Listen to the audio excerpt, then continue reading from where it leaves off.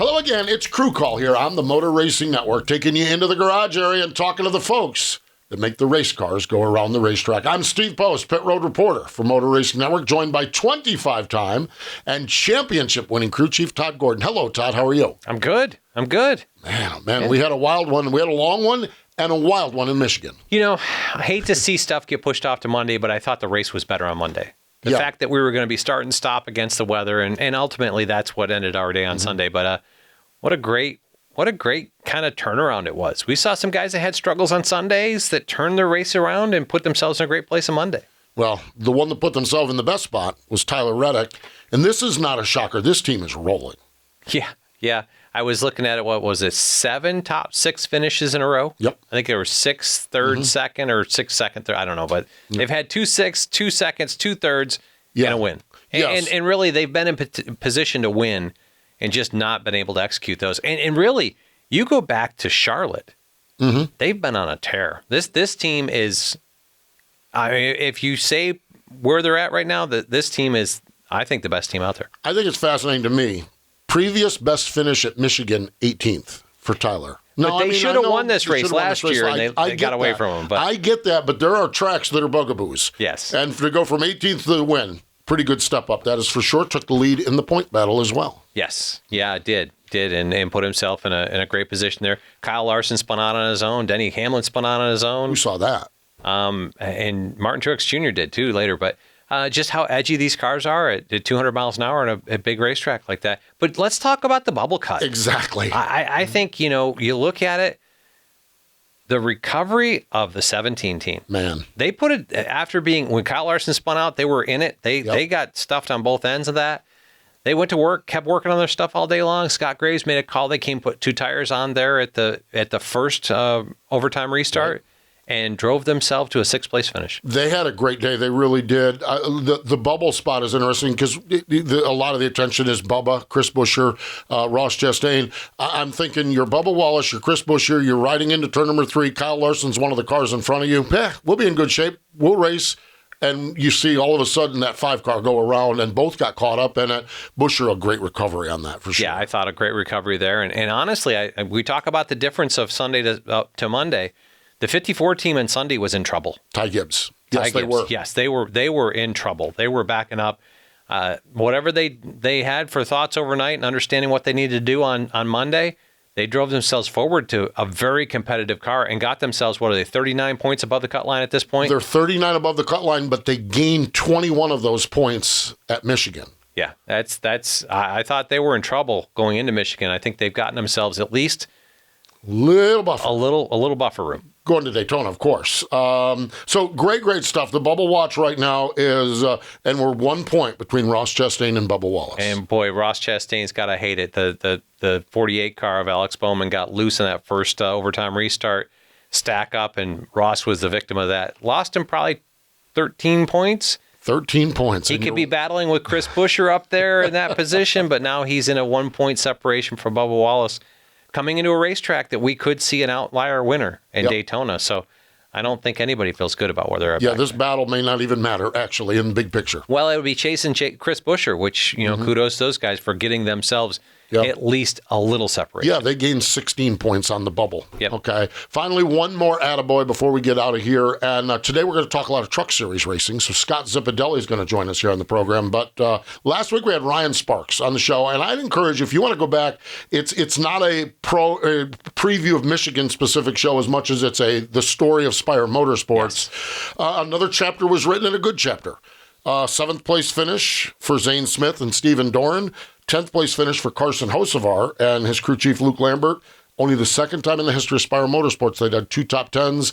That other one was at Daytona at a restrictor plate or super speedway race. So kudos to everyone up at Spire Motorsports. Yeah, definitely a good trajectory there and in building momentum. But it's going to be great. Looking forward into Daytona and seeing where those all plays out. And on Sunday, because Daytona's Saturday night, Sunday we kick off the truck playoffs. And who better to talk to about the truck playoffs than crew chief Scott Zipadelli? He joins us next. Welcome back. It is Crew Call here on the Motor Racing Network, and let's do it. Let's go up to Tricon Garage, gearing up for a championship run, or what they hope is a championship run in the NASCAR Craftsman Truck Series playoffs. Crew chief for Corey Heim, Scott Zipadelli, joins us. Hello, Scott. How are you? Good. Good morning, guys.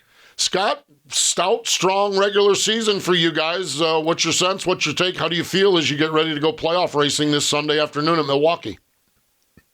I mean, it feels a little strange, like we just discussed, to go back at the first playoff race after having 2 weeks off. Doesn't really feel like playoff time yet, but it is. I know as soon as we get on the airplane, it'll feel that way. But yeah, we're looking forward to get it going here. Like Milwaukee, it's a good track for us. So hopefully we can get our third short track win there. Talk about Milwaukee and the nuances of the place. You've got patches in both ends, and it's really flat. Just a challenge to get around that place, isn't it? It is. I think last year the biggest challenge was how the race surface changed throughout the practice leading into the race day. We kind of missed it a little bit. We were happy with our truck after the practice session, and then the ARCA cars ran the race. The sun came out and the track got slick for us, so we were a little bit too free. And we made some decent adjustments, and we're pretty good till we got some damage, but really couldn't hone in on the rear grip like we had anticipated. You mentioned short track success, North Wilkesboro and Gateway, which again, we talked Gateway, who knows where that fits into the equation, if you will. Are there things, what types of similarities, what types of differences do you find between those places? Probably more Gateway in Milwaukee, kind of the same front end geometry. Richmond and North Wilkesboro are a lot different for us. So I think we've got a decent package, and that's similar to what we raced last year. We just had to work on some rear grip package stuff. Yeah, interesting. You talked about the challenge of having a off weekends coming into the playoffs and how it doesn't feel that way. And we go to Milwaukee, and then you've got a couple off weeks before you get back to playoff racing. How do you work that within the scope of the team and just keeping focus forward? Are those opportunities to get trucks turned around, or are they kind of breaking the momentum? Yeah, no, it's opportunities to try to catch up and get ahead, have your Kansas stuff ready and Bristol stuff working on it. But, we in the truck race, we only have so many parts and pieces. So, we can't get too far ahead, because you only have so many sets of springs. But we do. We pull stuff out of one truck and get the next truck on the rig and pull it down and pull it back out. Work on some development stuff. Obviously, there's no wind tunnel testing here coming up the next couple of weeks. I think we got one more test this year, but we try to use all the resources, do a lot of sim testing, and try to get ahead. But it is hard to start and stop. I'm not going to lie on that. Yeah, definitely. And you brought out the wind tunnel testing. So because everybody hears it from the Cup side that only the OEMs get to do that, how does that work for you guys on the truck side? We do all of the TRD testing. So it actually works out well for us, because it's always pretty much always the 11 truck doing it. But, we kind of get together and make a lot of ideas and build all the pieces, and TRD does a really good job of dealing with the data and helping us all they can with the processes and procedures. But we'd like more wind tunnel time, obviously, but we know that's not going to happen. But we try to use it as efficiently as we possibly can, and that's really the key. Scott, one of the highest compliments you can pay somebody in this industry is he's a racer. You're a racer. You're working for Tricon Garage, which is David Gilliland's operation. David Gilliland's a racer, and I think you better have that on the cover letter of your resume before you even send it on up there. What is the culture like? What is that like up at Tricon Garage to be in and amongst so many similar people to yourself that are just that, whatever that racer term means, what is that like to be part of that? It took me a little while to get used to it, to be honest with you. I made the decision to come here for the reasons I wanted to just go back to just being a crew chief. I didn't want to be in the fab shop 7, 8 hours a day and have to deal with the front office side, the management side, and the budgets and all that as well. I wanted to just focus on sim and be a crew chief. The last several years of my career, but so I made that decision, and I didn't like it at first, to be honest with you. It was really hard for me to keep my hands off a truck and not be in control of every process along the way. But now that I've gotten used to it, I enjoy it because probably 80% of my day is just sim related, which, Todd can contest to this. That's where it's all at. Everything is sim driven. So I enjoy it. There's a lot of great people here. I feel like we get stronger every week, every season, working on our processes and procedures. It's a great company, great foundation. Yeah, it's great when you can keep good people together and let them all kind of add to the program and just work with them. But speaking of great people, Corey Heim, just talk about the talent you see in there and the maturation you've seen in him and through the last couple of years. Yeah, Corey's I've said this before, there's natural talent, there's taught talent. He's actually, obviously he's got a lot of natural talent, and when you teach him something or he learns something, it's one and done. You don't have to visit that problem or issue or strategy or whatever it is again. He just retains it very well. And like you said, racer, he's a racer. I think you can put him in any kind of race car and he'll figure it out rather quickly. So it's a lot of fun to work with. There's no drama. It's strictly racing. We have good days and we have bad days, and pretty much it's always the same. We don't, we voice our frustration in the hauler if we have any. There's no drama on the racetrack. He's very professional, takes good care of himself, his health and his fitness, and very well prepared.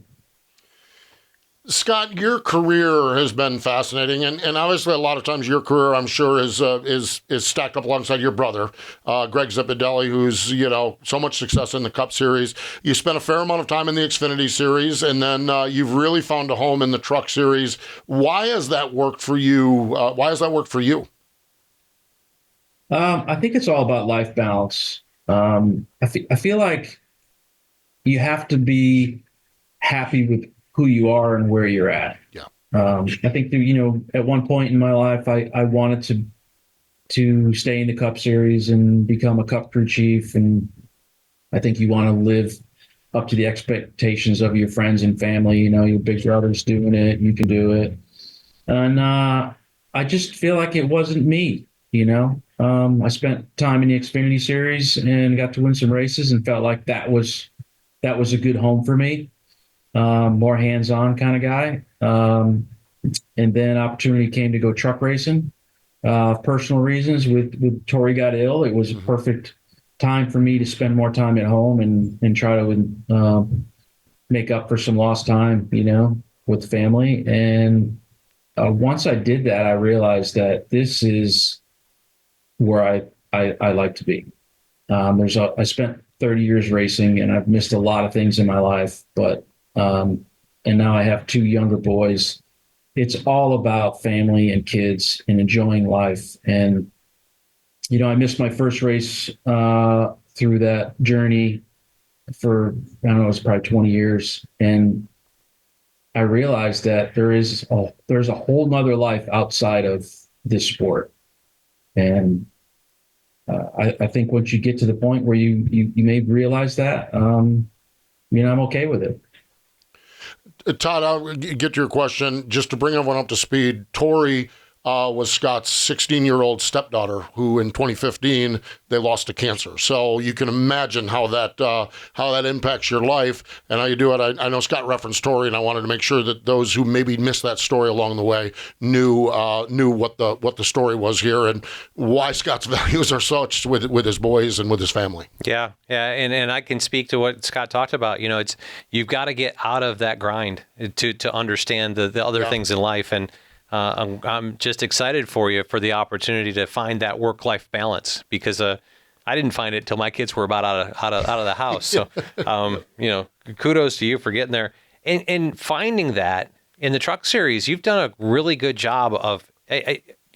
You talk about the things you've been able to do with your kids and finding that balance, but then you show up at the racetrack and you guys are you're the bar that everybody sets themselves to.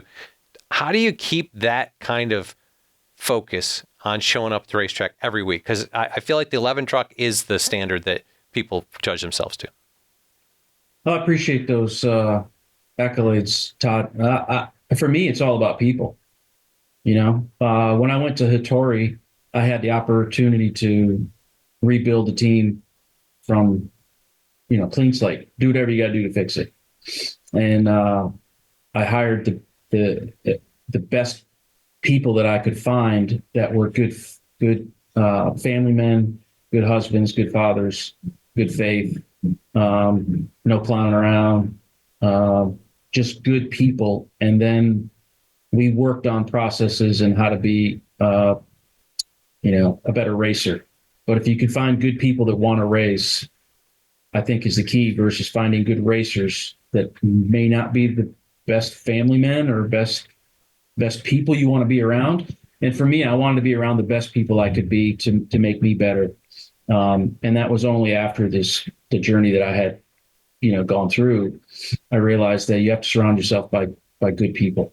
And some of those people are still with me. We've been together for, almost 10 years.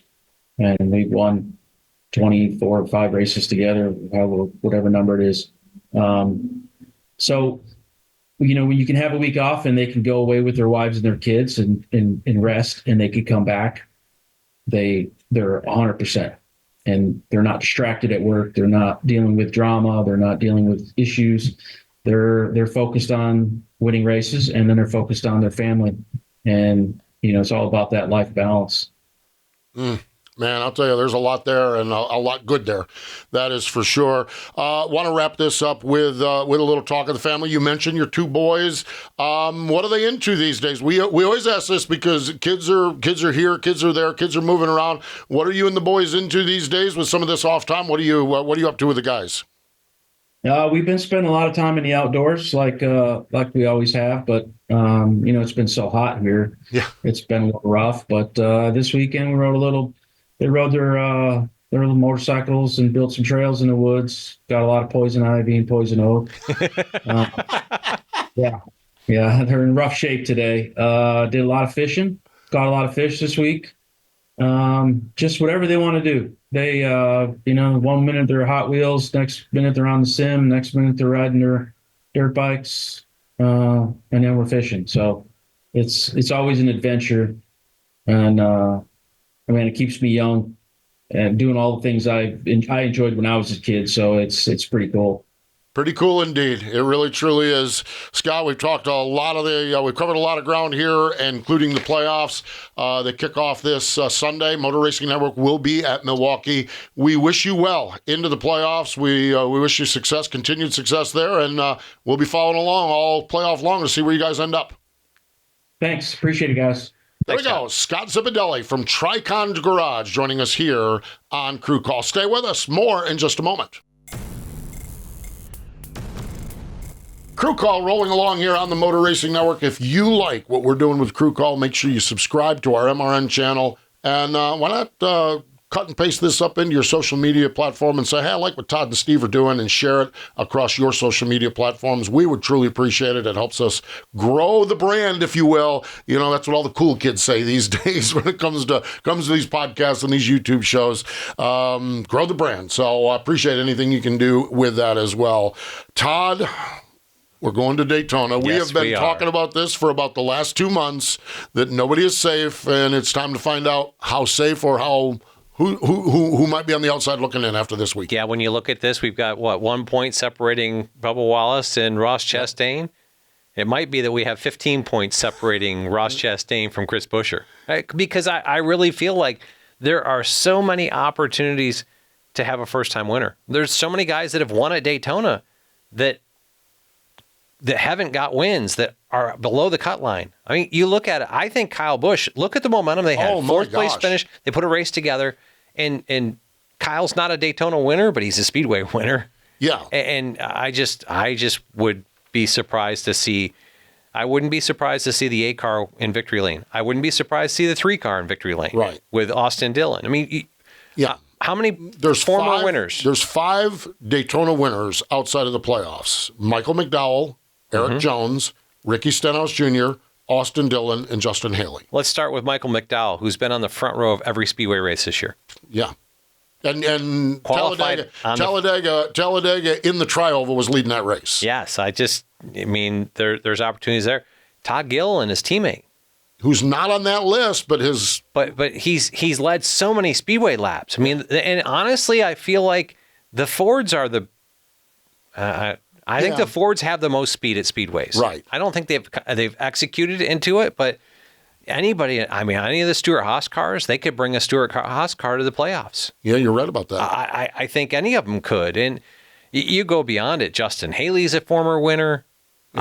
There's so many opportunities here. And there's so much riding on this opportunity. I think every team is poised and putting that extra effort into this one. That guy that's 1 point out, Bubba Wallace. Oh, he's a pretty good Speedway racer, He's too. a pretty good Speedway racer. One of his 2 wins is at Talladega. Yeah. I did a radio affiliate call this morning. We do calls with radio affiliates, and I said, folks, you're going to need to listen to MRN the whole race long. Yes. And I'm not going to tell you what's going to happen because I have no idea what's going to happen. That's why you need to listen all race long. Oh, and by the way, the team we had on last week, Spire Yes, Motorsports. Spire Motorsports. Corey LaJoy's run pretty good in these Speedway races, too. Yeah. No So doubt about it. I mean, it's just, there's so many places that you could go and say, it could happen here. It could happen here. But I think everybody has to think that there could be an outlier winner. Yeah. Now let's not write off Denny Hamlin, he's Ryan pretty good there. Ryan Blaney. There's some guys that are traditionally, they find their way to the top 5. Yep. Man, oh man. It's going to be, it's great. It really is. It is just going to be in this world we're in this point we're in with the playoffs. It's insane what we're going to have on Saturday night. And not only the cutoff piece, but the regular season championship piece is in a position. You know, Tyler Reddick's taken over the points lead there. Not by a lot, though. Not by a lot. And he's got a couple of guys. I mean, Chase Elliott can run pretty good at Speedway races, and Denny Hamlin runs good at about every Speedway race. Somehow he figures out how to get there. So I actually am more concerned about where the 5 ends up. Yeah. After dropping themselves so far down the run, I don't feel like that's their strength. No. Everything Kyle- else is, but Kyle- that's kind of his kryptonite. Kyle doesn't feel like that's his strength either. But maybe they turn. But They would could not end up being that guy. Yes, we would not be shocked Nope. if Saturday night Cliff Daniels and Kyle Larson are in victory lane at Daytona. I remember about a year ago, maybe 2, that Kyle just said Martinsville wasn't his thing either. Yeah. And he figured out how to win there. So that was one of my favorite victory lanes. His disbelief in victory lane at Martinsville, just his sincere disbelief. And we could see the same thing on Saturday night. tune in and listen Yes. to every lap. Absolutely. Because it can change every lap there. Yes, it can, and yes, it will. That is for sure. Motor Racing Network. We kick off our coverage from the World Center of Racing 5 o'clock on Friday afternoon. NASCAR Cup Series qualifying. Just qualifying. Just tee them up and go out on the racetrack and get your laps. 7 o'clock, NASCAR Xfinity Series, the Wawa 250, powered by Coca-Cola. And then Saturday night, 6:30 Eastern Time, NASCAR Cup Series, the Coke Zero Sugar 400 from Daytona International Speedway. It is going to be wild. And then Motor Racing Network on Sunday afternoon from the historic Milwaukee Mile. We'll kick off the playoffs for the Craftsman Truck Series. We'll see how Scott Zipadelli and everyone fares up there at that historic racetrack in West Allis, Wisconsin. Yeah, what a great place. Oh, what a great place. Right in the middle of, it's suburban Yeah. Wisconsin, but a cool venue right there. Houses on the back stretch. Seems like just across the street, but I love that racetrack. It's tough. It's technical. It's flat. figuring out how to get around there, it's going to be a fun show to watch. Going to be a fun show. That is for sure going to be great. That is for sure. We're grateful that you have watched or listened to this show. We appreciate that so much. We appreciate Scott Zipadelli joining us from up at Tricon Garage. He's Todd Gordon. I'm Steve Post. Thanks again for joining us this time on MRN's Crew Call.